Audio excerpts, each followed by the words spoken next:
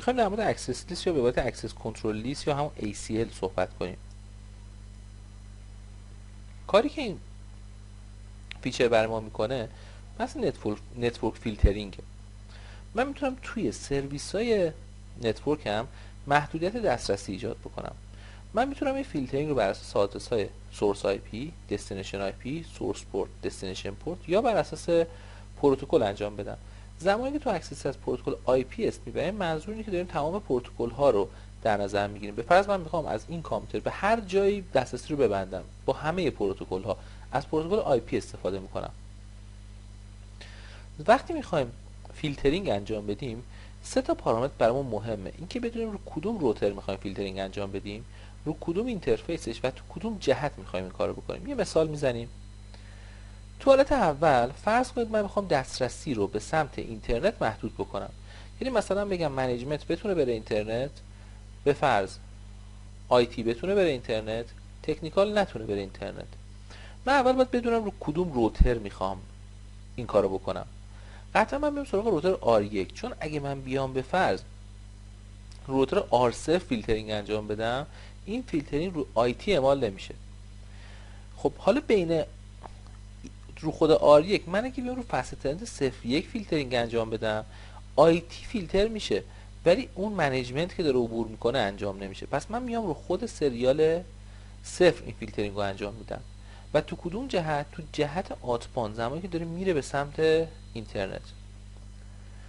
توی سناریو دیگه فرض کنیم میخوایم دسترسی رو به سرور روممون محدود بکنیم.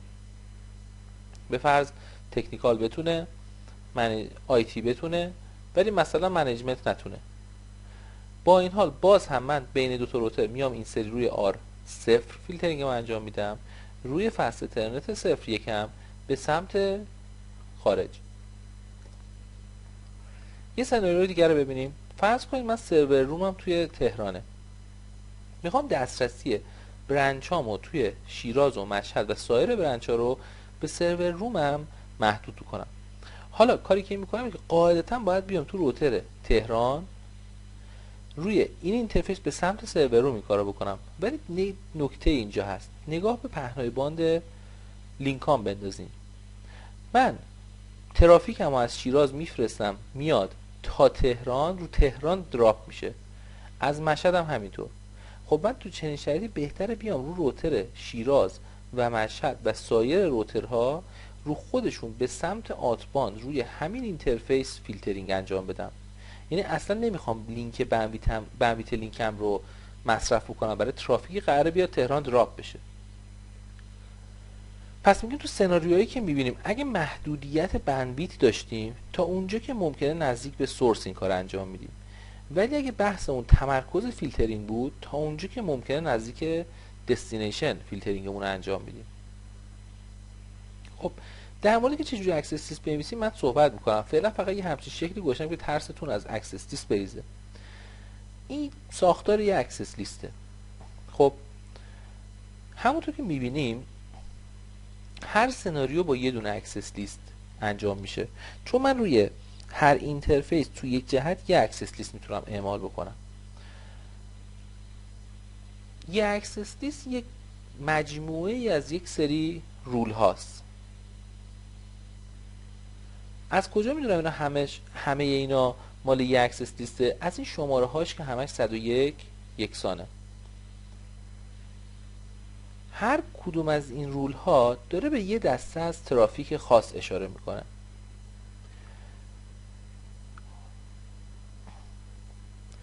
با کیورد پرمیت یا دینای من دارم اون ترافیک رو یا پرمیت میکنم یا دینای، یا دراپ میکنم یا میذارم فوروارد شه. آخر همه اکسس لیست ها یک خطی نوشته شده به این شکل: اکسس لیست 101 پرمیت آی پی انی. نه البته من دارم یه چیز دیگر رو بهتون میگم. آخر همه اکسس لیست ها دینای آی پی انی نوشته شده، به این میگیم ایمپلیسیت دینای. یعنی از بالا به پایین خطا که چک میشه، در نهایت با خط آخر اکسس لیست من که نوشته نمیشه ولی یه دینای آل هست مچ میشه، و اگه ترافیک این تو نباشه در نهایت دینای میشه. این چیزی که من اول گفتم اشتباهم این بود که اگه من میخوام این روال رو عوض بکنم، اگه میخوام تمام ترافیک های من پرمیت شه، من مجبورم خودم بیام آخرش یه همچین خطی اضافه بکنم که بتونم این پالیسی رو عوض بکنم، بذارم که آخرین خط قبل از اینکه این بعد از اینکه این دینایل باشه بیام اینجا یه دونه پرمیت آل اضافه کنم. مهمه که من چطوری اکسس لیستم ارگانایز میکنم. در کل اینطوریه روال منطقه اکسس لیست. میگه زمانی که ترافیک میاد داخل اینترفیس من، از بالا اکسس لیست شروع میکنه چک کردن. خط اول چک میکنه.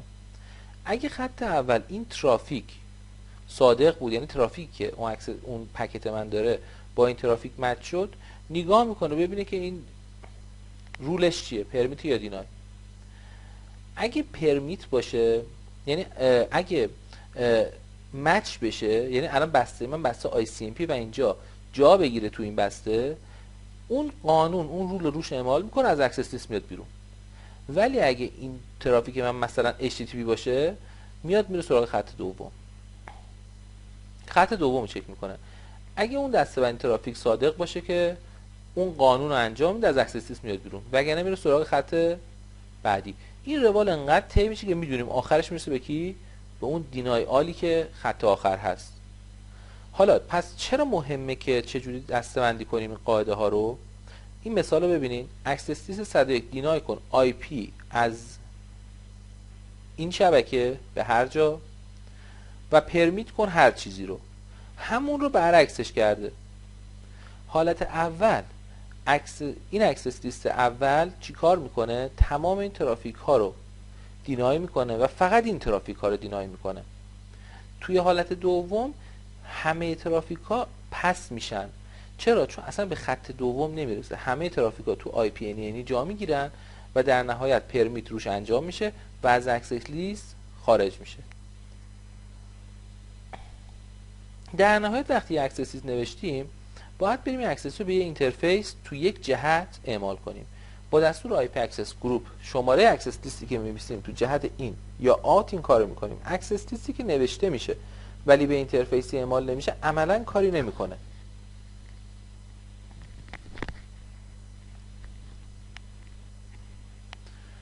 نکته بعدی که حواستون باشه، اکسس لیست رو ترافیک هایی اعمال میشه که از روتر دارن پس میشن، عبور میکنن.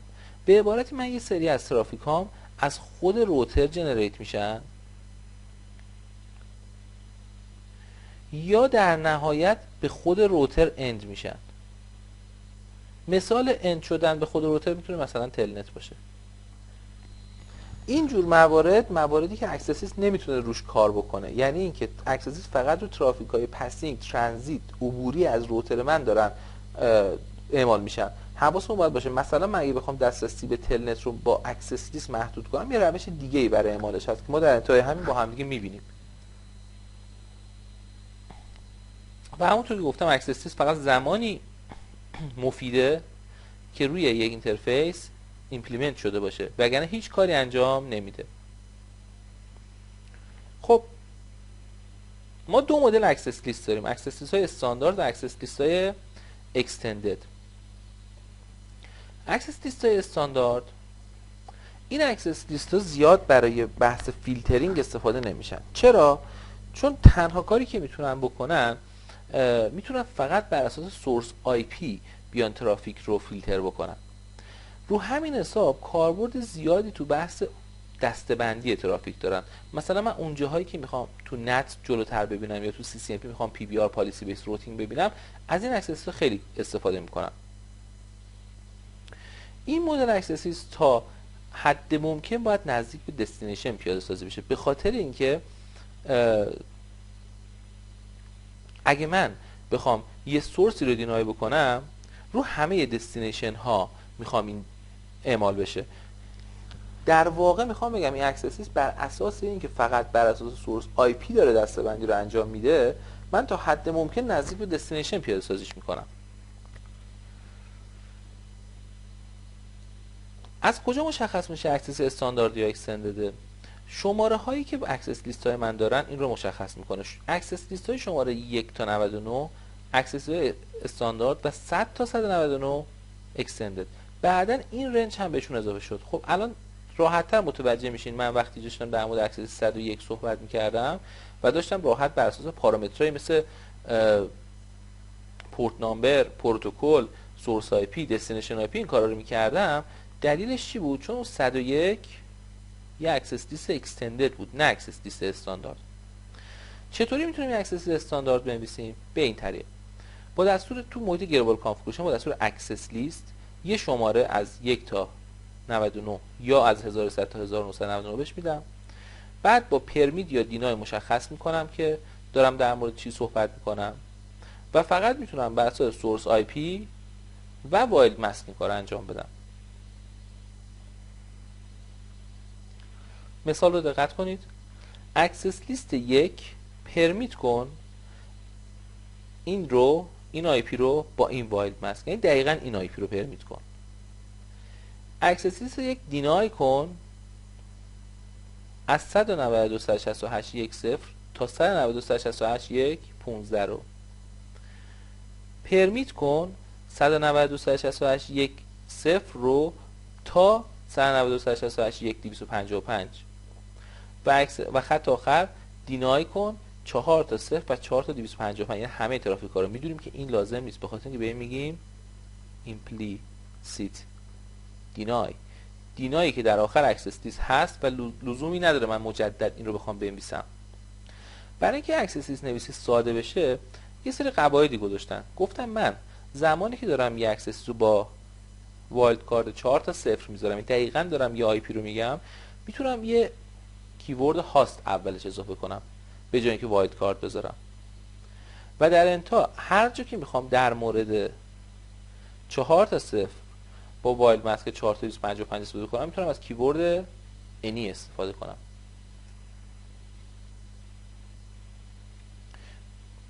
مدل دوم مدل اکستندد هست، اکسس لیست های اکستندد. اینها کاملا کاربرد فیلترینگ دارن، به خاطر اینکه من دقیقاً میتونم بر پارامترهای سورس آی پی، سورس پورت، دستینیشن پورت، پروتکل اینجا افتاد و دستینیشن آی پی، یه ویلگول اگه اینجا بذارم خیلی راحت‌تر اینا مشخص میشه. بر اساس این پارامترها میتونم بر اساس این 5 تا پارامتر فیلترینگ انجام بدم. پروتکل معمولا TCP، UDP یا ICMP و گفتیم اگه من IP استفاده میکنم دارم همه پروتکل ها رو شامل میشم. اینجا رو دقت کنید. زمانی که من از پروتکل IP، ICMP، TCP یا UDP استفاده میکنم تحت هر شرایطی سورس IP و دستینیشن IP اجباریه. یعنی مثلا من وقتی ممکنه من بخوام بگم از این آی پی برام مهم نباشه به کجا، اگه مهم نیست کجا باید انی رو استفاده کنم، بگم از این آی پی به انی. ممکنه منظورم باشه از هر جا به این آی پی، فقط این دستینیشن آی پیش برام مهمه، باید سورسش بذارم انی. یعنی اگه جایی احساس میکنم که برام اهمیت نداره، من توی ساختار اکسس لیست نویسی از کیورد انی استفاده میکنم. تو قسمتی که از IP و ICMP استفاده میکنیم نمیتونیم به عنوان آپشنال سورس پورت و دستینیشن پورت بذاریم، ولی اگه داریم از پارامتر TCP و UDP استفاده میکنیم به صورت آپشنال میتونیم از سورس پورت یا دستینیشن پورت استفاده کنیم و اگه این کارو نکنیم تمام ترافیک های TCP و یا UDP مد نظرمونه. پس من 2 تا قاعده کلی برای اکسس لیست نویسی اکستندد میگم. یکی زمانی که من دارم از پروتکل IP یا ICMP استفاده میکنم و زمانی که دارم پروتکل TCP یا UDP استفاده میکنم. با دستور اکسس لیست نامبر که میدونیم یه عدد بزرگتر از 100 کمتر از 199 این عدد هست، پرمیت یا دینای، پروتکل IP یا ICMP. باز میدونم اگه برای من همه پروتکل مطرحه میذارم IP، ولی باید این قسمت رو بذارم. از این سورس IP ها با این وایلد ماسک به این دستینیشن IP ها با این وایلد ماسک. و دیدیم که اینجا نمیتونم از پورت ها استفاده کنم، ولی اگه اومدم گذاشتم اکسس لیست شماره پرمیت یا دینای TCP یا UDP، اون موقع میتونم بگم از این سورس آی پی ها با این وایلد ماسک از اپراتورها استفاده کنم که الان میبینیم چیه، سورس پورت رو مشخص کنم، بعد پشتش بگم از به این دستینیشن آی پی با این وایلد ماسک با این اپراتور و این دستینیشن پورت. اپراتورها اینها هستن: equal, not equal, greater than, less than یا range. یعنی مثلا من وقتی میگم equal 80 دقیقاً دارم پورت 80 رو میگم که وب هست. equal 25 دقیقاً دارم SMTP رو میگم. not equal 80 یعنی همه ترافیکا به جز وب. greater than 1024 یعنی تمام شماره پورت های بزرگتر از 1024 بر رندوم. less than 1024 یعنی که تمام پورت های ولنام. رنج 20 تا 23 یعنی دقیقاً 20 21 22 23 یعنی همه اینا رو شامل میشه. یه مثال با هم ببینیم. اکسس لیست 101 پرمیت کن ICMP any. یعنی داره میگه پروتکل ICMP رو از هر سورسی به هر دستینیشن شبکه من پرمیت کن. تو خط بعدی میگه پرمیت کن IP رو اونایی که کامپیوتر 100 میفرسته به انی. احتمالاً یک کامپیوتر مخصوصیه مال خود مدیر سیستم یا هر کسی میخواد تمام ترافیک با سورس این مجاز باشه. خط بعدی میگه پرمیت کن TCP رو، دقت کنید، از این کامپیوتر به انی ایکوال 80 چون ایکوال 80 بعد از دستینیشن آی پی اومده این دستینیشن پورته، یعنی همه ترافیکایی که 110 به پورت وب میفرسته. خط بعدی میگه پرمیت کن TCP از هاست 192.168.1.10 ایکوال 80 به انی. اینو دقت کنید، شاید معنی خاصه من فقط می‌خواستم با این بازی کنم. الان ایکوال 80 قبل از دستینیشن آی پی و بعد از سورس آی پی اومده، پس این میشه سورس پورت. یعنی پرمیت کن ترافیک هایی که سورس آی پی شون اینه، سورس پورتشون هم اینه، به هر کجا با هر سورس با هر دستینیشن پورتی. پرمیت کن TCP از هاست 192.168.1.10 به هر جا با دستینیشن پورت 110 پاپ 3 و در ادامه پرمیت کن TCP ها رو از این کامپیوتر 110 به هر جا 53 DNS. دقت بکنید که اکسس لیست فیچر لایسه‌ای حساب میشه. یعنی من باید روی یه دیوایس لایسه روی روتر پیاده سازیش بکنم. اگه میخوام به ویلن اساین بکنم من باید به اینترفیس ویلن اساین بکنم. من اینو تعمدن توی سویچ ها گذاشتم. ما بعداً یه چیزی یاد میگیریم توی بحث فیلترینگ لایه 2 با هم میبینیم توی CCNP سویچ به اسم ویلن اکسس لیست. اون یه بحث دیگه ای داره. من الان اون اکسس لیست هایی که دارم در مورد صحبت می‌کنم روتر اکسس که روی دیوایس لایه 3 پیاده سازی میشن. الان فرض کنید من میخوام دایرکتور منیجر با این آی پی، تکنیکال منیجر با این آی پی، منشی با این آی پی و مدیر مالی با این آی پی روی این ویلن ها هستن و ویلن صد من یه همچین فرمی داره. این سرور هامه.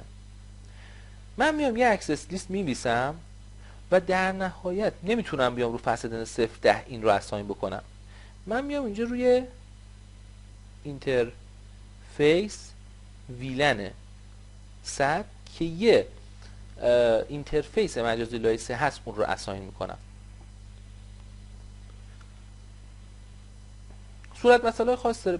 اصولا بحث‌های اکسسیس بحثی نیست که واقعا پیچیدگی داشته باشه، یعنی خیلی ساده است، فقط فهم نگرش کلی به اون کاری رو داره که میخواین. یعنی بعد اول بدونید چی کار میخواین بکنید و بعد بتونید اینو دسته‌بندی کنید. بعد نوشتنش یه کار سختی نیست. یعنی من باید مثلا بدونم که من اکسس لیستم اگه آخرش یه ایمپلیسیت دینای هست باید بیام مثلا ترافیک های خاص خودش رو پرمیت کنم. اگه میخوام آخر اکسس لیستم یه پرمیت آل بذارم باید بیام مثلا ترافیک های خاصم رو دینای کنم تو خطای بالا و سیکونساش برام مهمه به چه ترتیبی میاد پایین. این رو دقت داشته باشید. این میتونه یه مثال خوب باشه. دایرکتور منیجر مثلا به همه سرور دسترسی داشته، تکنیکال منیجر به همه سرورها به جز فایننس سرور، همه یوزرها بتونن فایل سرور رو ببینن، فاینانشال دایرکتور بتونه فایننس سرور و فایل سرور رو فقط ببینه، سکرتری بتونه فایل سرور و اتوماسیون سرور رو ببینه و همه اکسس ها به سرور روم دیگه دینای بشه. این یعنی که آخرش ایمپلیسیت دینای باشه. پس من لازم نیست آخرش بنویسم. اومده از بالا نکاتشو من فقط بهتون میگم. با کیورد ریمارک من میتونم یک خط کامنت اضافه کنم به اکسس لیستم. داره الان تو این خط پرمیت میکنه تمام ترافیک ها رو از هاست 100 از هاست 100C نه دیگه، از هر جا این سورسه پرمیت میکنه همه آی پی رو از هر جا به هاست 130. خط بعدی پرمیت میکنه از هاست 200 به هر جا. خط بعدی داره ترافیک های تی سی پی رو از هاست 210 به هاست 110 اونهایی که دستینیشن پورتشون 80 پرمیت میکنه. خط بعدی داره از همه ترافیک ها رو از 210 به هر جا پرمیت میکنه. در واقع اومده چیکار کرده با این کار؟ اون قسمتی که ما گفته بودیم که مثلا این دسترسی به همه جا داشته باشه به جز این، من اگه بیام پرمیت آل براش بذارم، خب پرمیت آل که همه دسترسی بهش میده، من میام خط بالاش اون چیزایی که میخوام دینایش کنم دینای میکنم، میام خط دوم بعد پرمیت آلش میکنم. اگه ترافیکا اون ترافیکایی باشه که من میخوام دینای بشه دینای میشه، و اگه اون ترافیکا نباشه تو خط بعدی با این خط مچ بشه پرمیت میشه. و ادامش در نهایت اومده اکسس لیست رو به اینترفیس ویلن 100 با دستور آی پی اکسس گروپ 101 تو جهت آتباند اساین کرده. برای مانیتور کردن با دستور شو اکسس لیست میتونیم یه اکسس لیست رو ببینیم.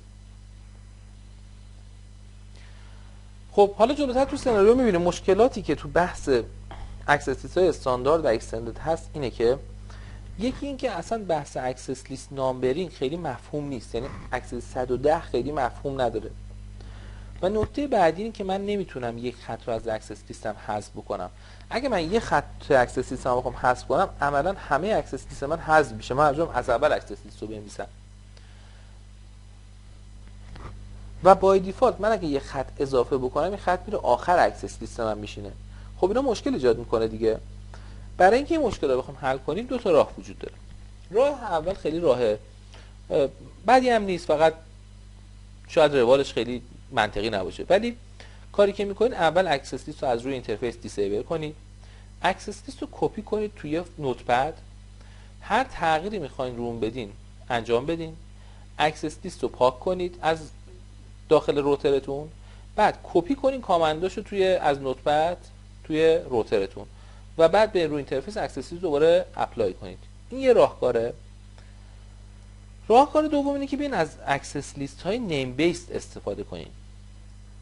اکسس لیست نیم بیس که بهش آی پی اکسس لیست هم میگن. چرا؟ چون دستورهای اکسس لیست های اکستندد استاندارد با اکسس لیست شروع میشه، ولی نیم بیس ها با آی پی اکسس لیست شروع میشه. من میتونم با آی پی اکسس لیست بعد مشخص میکنم دارم یه اکسس لیست اکستندد میمیسم یا اکسس لیست استاندارد، براش یه اسم میذارم.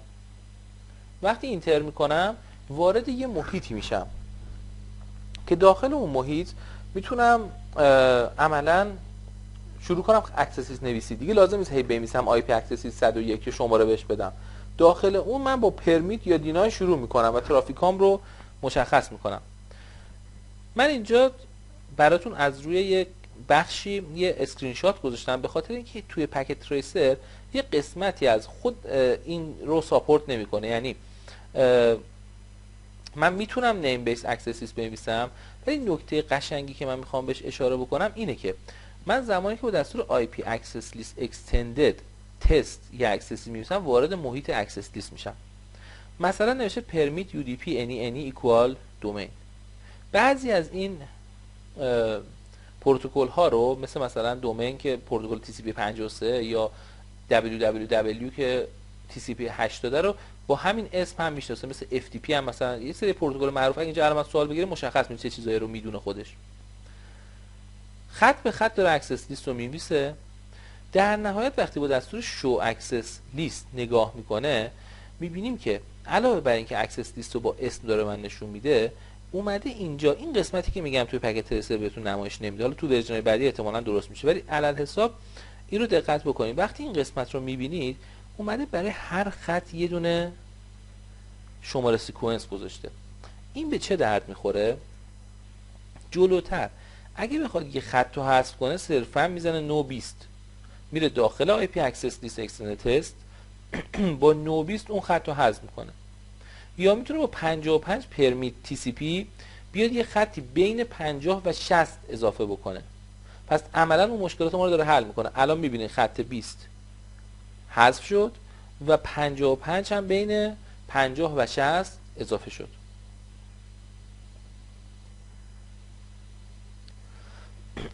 خب نکته بعدی و نکته آخری که تو این زمینه میخوام بهتون بگم اینه که همونطور که یادتون هست من بهتون گفتم که ترافیک هایی که از روتر من عبور میکنند، حالا یا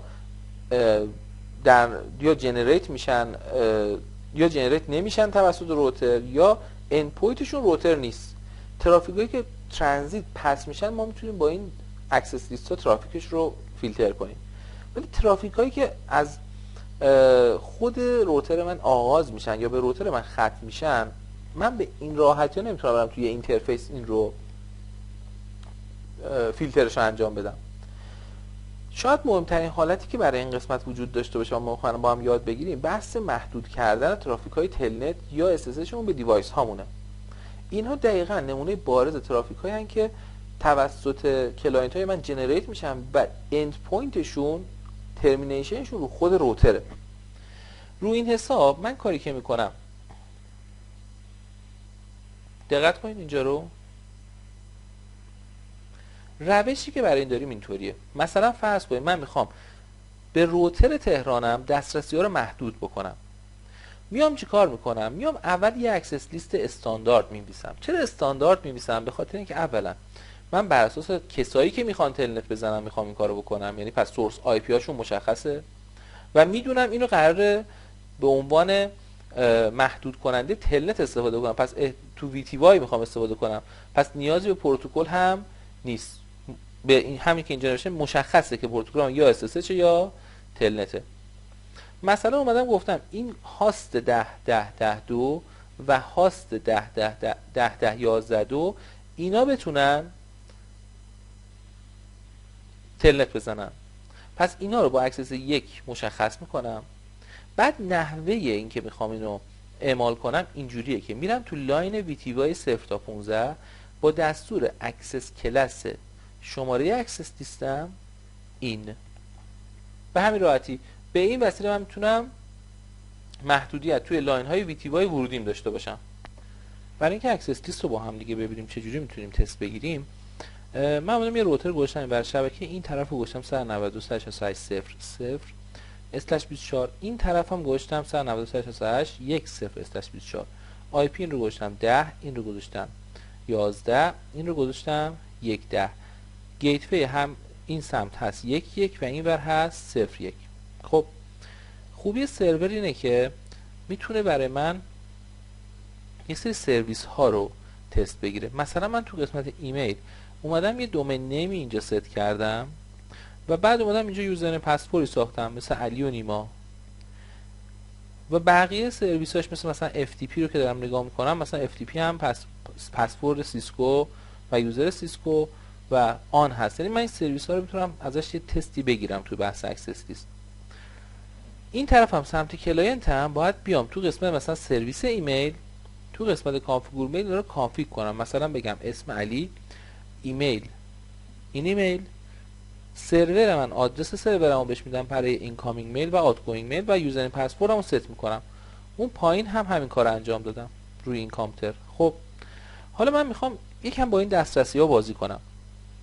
یعنی به فرض برای بحث بریم سراغ روترمون، اینیبل، من میخوام یه اکسس لیست بنویسم، مثلا آی پی اکسس لیست که باید تو گلوبال کانفیگریشن مود باشه، کانف تی آی پی اکسس لیست، مثلا از نوع اکستندد، اسمشو میذارم تست. میبینی که وارد مود اکسس لیست شدم. مثلا میتونم بنویسم پرمیت کن ICMP رو از هاست 192.168.0.10 به هاست 192.168.1.10.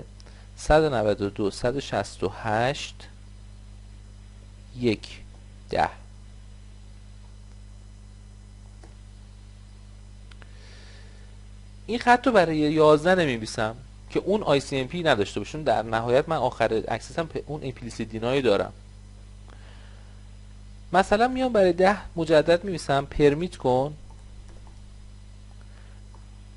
مثلا TCP رو از هاست 192.168.1.0.10 به هاست 192.168.1.10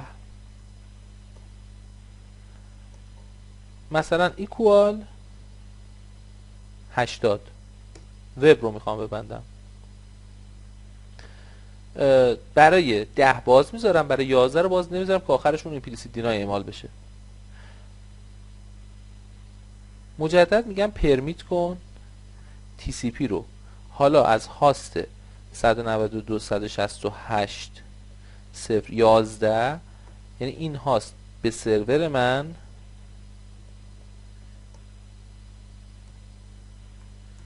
بتونه به فرض FTP بس بشه 21. مگر الان من سوال بگم این یه سری از این پورت ها رو خودش میشه، من میتونم اینجا بنویسم مستقیما FTP equal FTP. دیگه چیز دیگه که میتونیم تست بگیریم میتونه قشنگ باشه. ما میتونیم الان بریم برای سرویس ایمیل من میخوام کاری بکنم که این کامپیوتر بتونه هم ایمیل ارسال کنه هم ایمیل دریافت کنه. این کامپیوتر فقط بتونه ایمیل دریافت کنه. چه جوری؟ من میدونم پروتکل ارسال و دریافت ایمیل با هم فرق میکنه. از POP3 برای دریافت و SMTP برای ارسال استفاده میشه. پس من میام روی این هر دوتا رو مجاز میکنم و بعد روی این یکی میام فقط POP3 رو مجاز میکنم. برگردیم روی روترمون، میگم پرمیت کن TCP از هاست 192.168.0.10 به هاست 192.168.1.10 ایکوال مثلا POP3. برای این SMTP شم باز میکنم، برای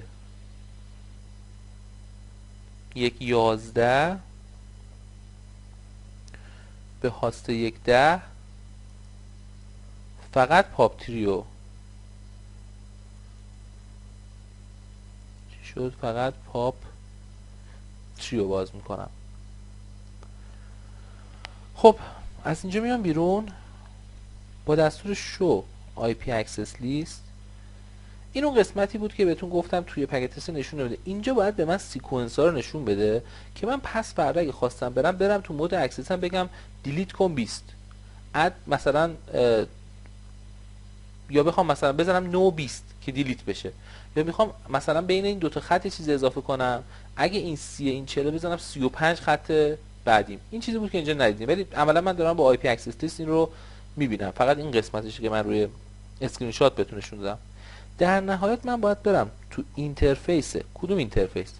رو این روتر، رو این اینترفیس به جهت آدمان. این اینترفیسش فاصله 0.1 میام رو این میگم اینترفیس فست اترنت 0.1 با دستور IP access group تست در جهت آتباند اینو اعمال میکنم.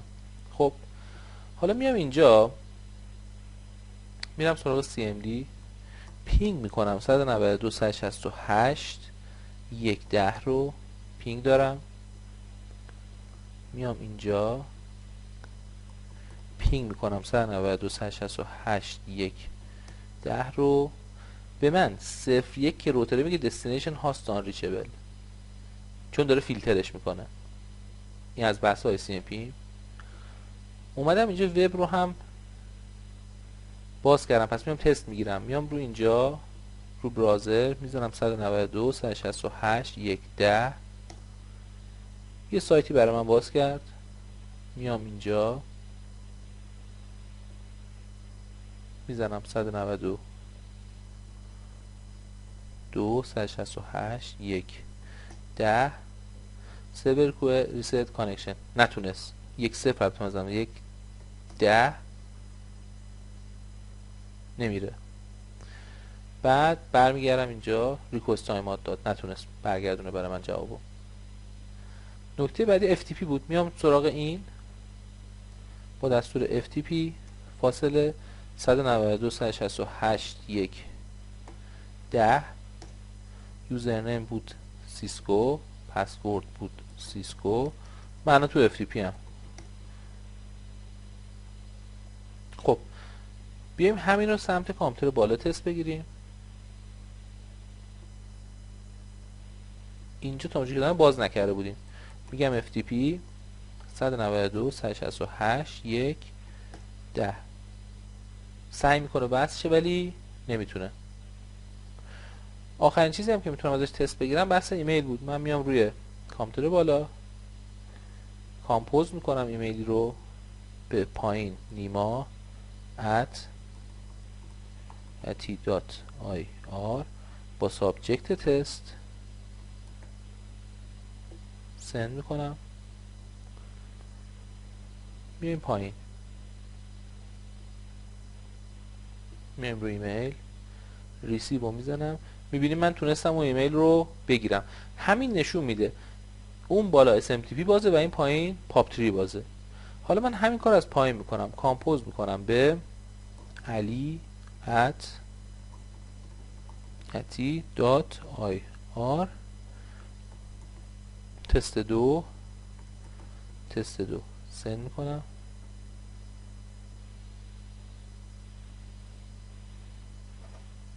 نتونست ارسال کنه برای که من این پورت SMTP رو این سمت باز نکرده بودم.